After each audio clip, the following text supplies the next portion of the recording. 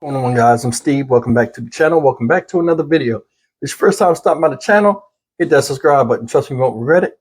You're a returning subscriber as always, guys. Welcome back, and I do appreciate the support. Guys, I'm going to talk about something that's circulating around the internet right now, and it's making a lot of news. And this is the arrest of a gentleman in Asheville, North Carolina, by the name of Devon Whitmire. 27-year-old gentleman was arrested, taken into custody. A lot of people are claiming police brutality, and a lot of stories are out just showing bits and pieces of the arrest video and saying how wrong this 27-year-old man was done. Now, I have the full video in the description box below. And it's 22 minutes long, the full, raw, unedited video. And it says a different story to me.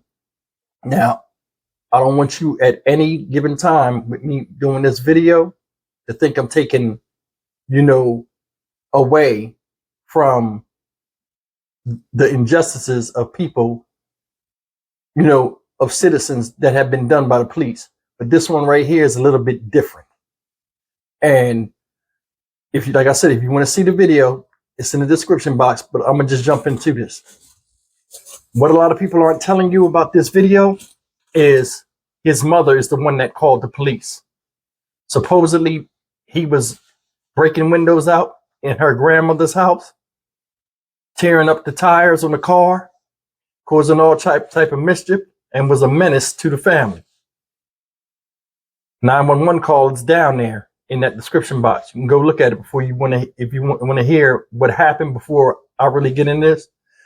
The reason why I'm doing this video, this shit shouldn't even make national news. And I'm being dead honest with you. Stop letting the media and different type of platforms, a lot of influencers, put you in a position to where you get triggered. That's my big thing with this. First thing out of the blue, you'll see videos of them slamming him down on his face.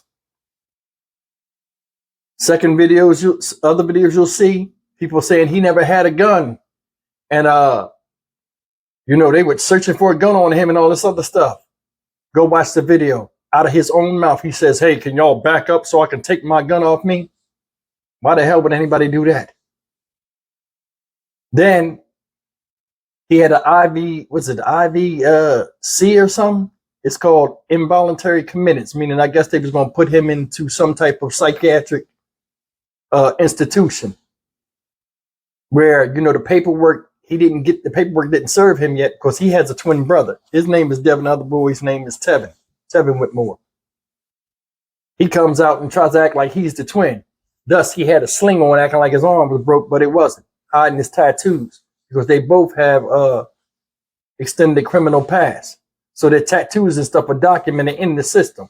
So he didn't want them to look at his tattoos. So it's not like he sat there. These cops came up to him. He complied totally and then got his ass beat, or they roughed him up. Then they were saying that he was getting choked and stuff on the ground. If you pay attention to it, he spit in one of the officers' face. And what I tell you in my video, spitting in somebody's face is a death sentence. They handled that very well. Different than most men or officers. You see what I'm saying? He had an open warrant. So I'm not going to sit up here and act like something's justified. It's unjust how they did him when all of this came from him. And when I say it came from him, hear me on this. When they came up to him, he tried to act like he was his brother. So he never had ID. Here's another thing. You're a 27-year-old man. 27. You have no ID on you. You know what I'm saying? Who walks around with no ID? We see story after story after story in the black community of police running up on people and they have no ID. What responsible person don't have an ID on them? Driver's license, at least. If something happened to you and you get killed in the street, it might take days to identify you. We all know that as grown-ups. Grown-ups have an ID on you. If you had an ID on you, you could have clarified the situation. You lived in them same homes or projects, wherever it was at, where you was at, excuse me. They was asking you about ID. I ain't got ID. I just got this hospital bracelet on my hand. You live there. Your ID should be in the house. Your fiance come out there. Videotape it. Never asked her, hey, go get my ID so we can clear this up. All this could have been avoided. Stop letting people trigger you into believing a lot of nonsense is going on out here sometimes when it's not. When it's not. This right here should have never made news. This is stupid shit. And I'm just being honest with you guys. This is borderline dumb shit. She out there. And I want you young men and you fellas that listen. Many of men have got killed or fucked up because women ran their mouth and escalated the situation. Look at some of these police videos from the past when they was trying to run that situation where guys was getting shot up and all this other stuff when police was supposedly going after black men and killing them a couple years back. Go back and look. Chaos ensues and brings more chaos. It does. She come out there, she's standing there, got the phone out already, ready for the shit to ring off. They get to acting stupid, here she come, instigating it, running her mouth, screaming, hollering, screaming obscenities, moving in and out of the frame. You understand what I'm saying? He's sitting over there, said he had a gun. She came up late. All of a sudden, him screaming. They say, I got a gun on me. I ain't got no gun on me. But you told the police out of your own mouth that you had a gun. It seemed to me, honestly, like he wanted a lawsuit. And the reason why I say that was one part, he like, y'all gonna have to give me that work now. Like fuck me up. That's what he talking about. Y'all gonna have to give me that work. The whole time, everybody talking about, oh, he was being choked. That guy had his head like this, holding him off that curb. The video was showing. Go down and look at the video. He's saying crazy stuff, spitting the man's face in his officer's face, then kicking at him and all kind of stupid stuff. All could have been avoided. Bottom line is this. You go through all this dumb shit and you still wind up where you're going to be anyway. But with more charges. You kicking all up on them people. You're laughing the whole time. You're holding your legs together but they can't see, look and see if you got a gun or if you're playing the game, you're trying to stick to the story, just causing problems for yourself.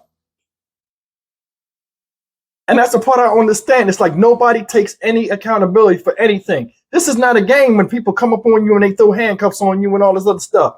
I think he got mental illness. That's the involuntary committance. And the thing is, people see only a small part of it and they make a quick judgment call. Them cops were trying to wrap that up as quick as they can. And then the whole time, they was letting motherfuckers know, we're not doing this to him. We're not. But they're not going to let you get up neither. If you say you got a gun on them, they're going to find that gun. Everything from this whole situation could have been avoided. You could have just did what they told you. But we're going to get out here, we're going to look cute, we're going to act stupid and all this other stuff. And then when the world sees on camera little snippets of it, everybody wants to be like, oh man, these police are bad. And this is, come on, man. In this case is bullshit. Now, don't get me wrong. There are some crazy cases out there, but this shit right here, totally avoidable. Them women could have had your ID on. That'll straighten the whole fucking thing out. Number two, they said, and right before they grabbed on him, hey, man, listen. We already going through the database. We know it's you. Stop faking. This is getting dumb. They would have grabbed him.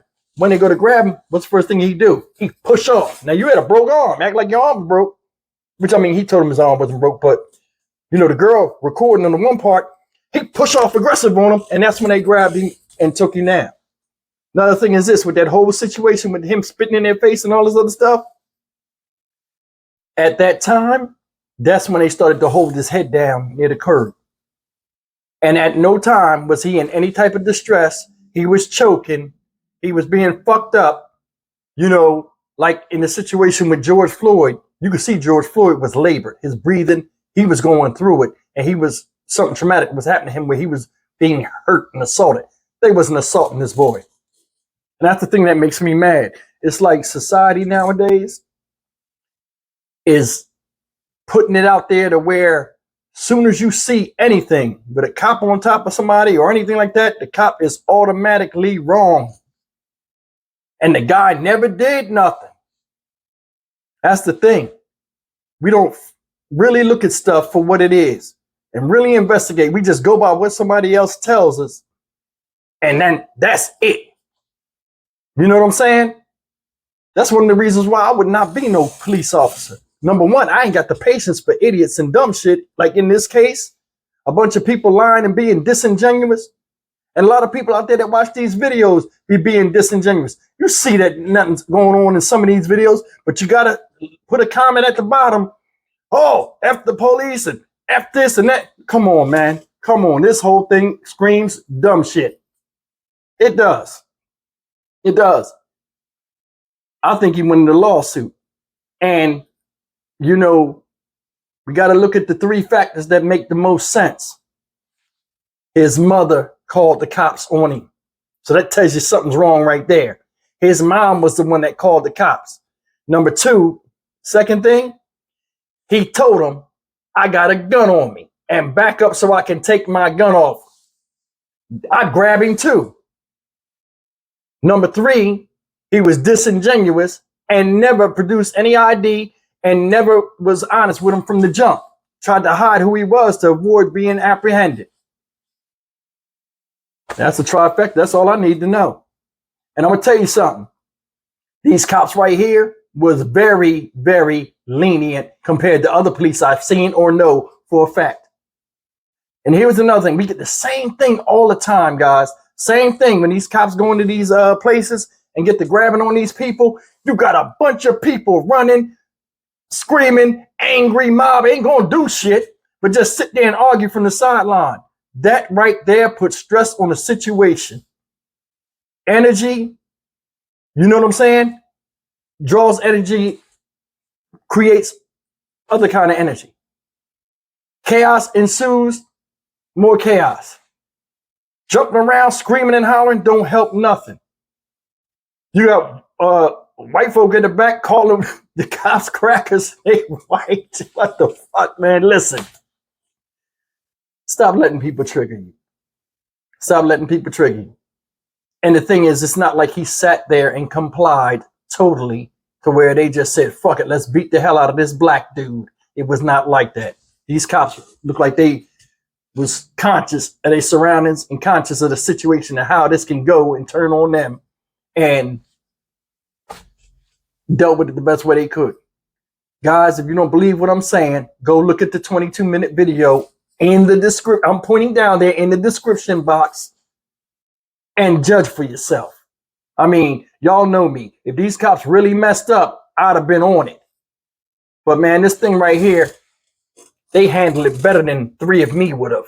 If it was three cops and they were all thinking like me and acting like me, they would have handled it totally different. Especially when he's spitting somebody's fucking face. Bullshit. Leave me a comment, man. Tell me what you think. As always, like, comment, share, and subscribe. I'll see you guys in the next video. You guys be careful and take care out there.